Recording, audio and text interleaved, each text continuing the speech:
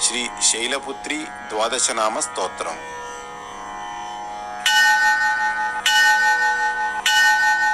ప్రథమం శైలపుత్రేతి, ద్వితీయం సింహవాహిని, తృతీయం తారకాహంత్రి, చతుర్థం శూలధారిణి, పంచమం గోరక్షణీతి, షష్టం కులధారిణి, సప్తమం మూలాధార, అష్టమం పూర్ణప్రకృతి, నవమం త్రైలోక్యజననీ, దశమం మోహనాశిని, ఏకాదశం పరమానందా, ద్వాదశం పరమేశ్వరీ.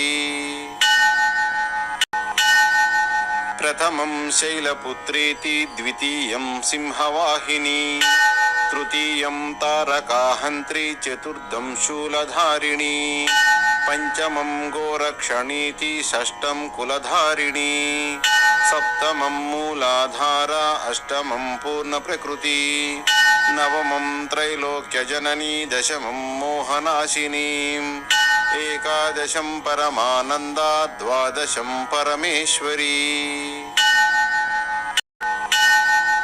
ప్రథమం శైలపుత్రేతి, ద్వితీయం సింహవాహిని, తృతీయం తారకాహంత్రి, చతుర్థం శూలధారిణి, పంచమం గోరక్షణీతి, షష్టం కులధారిణి, సప్తమం మూలాధార, అష్టమం పూర్ణప్రకృతి, నవమం త్రైలోక్యజననీ, దశమం మోహనాశిని, ఏకాదశం పరమానందా, ద్వాదశం పరమేశ్వరీ.